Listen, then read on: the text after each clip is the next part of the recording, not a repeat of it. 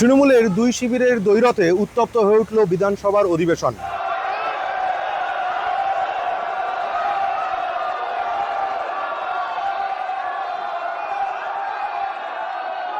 তৃণমূলের মুখ্য সচেতক আকরুজ্জামান আজ যখন বক্তব্য রাখছিলেন, তার সামনে দাঁড়িয়ে তাকে বিক্ষোভ দেখান তৃণমূলের এক বিধায়ক, এবং পরে সেই বিধায়ককে যখন বসতে বলা হয় তিনি সেই আসন গ্রহণ করেননি।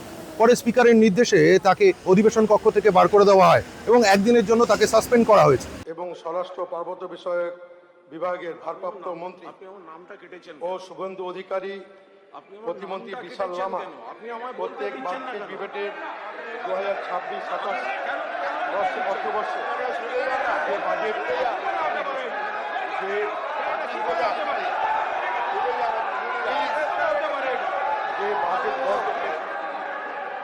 বাবু, আপনি যদি না বসেন, আমি আবার বলছি, আপনি যদি না বসেন আমি বার করে দিতে বাধ্য হব আপনাকে।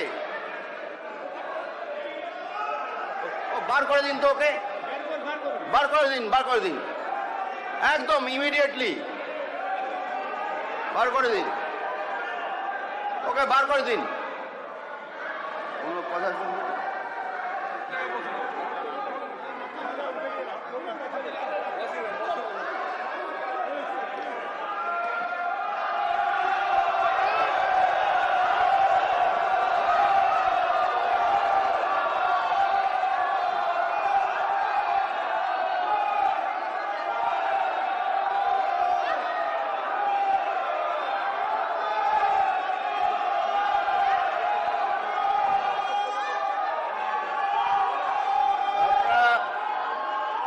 শান্ত হয়ে বসুন।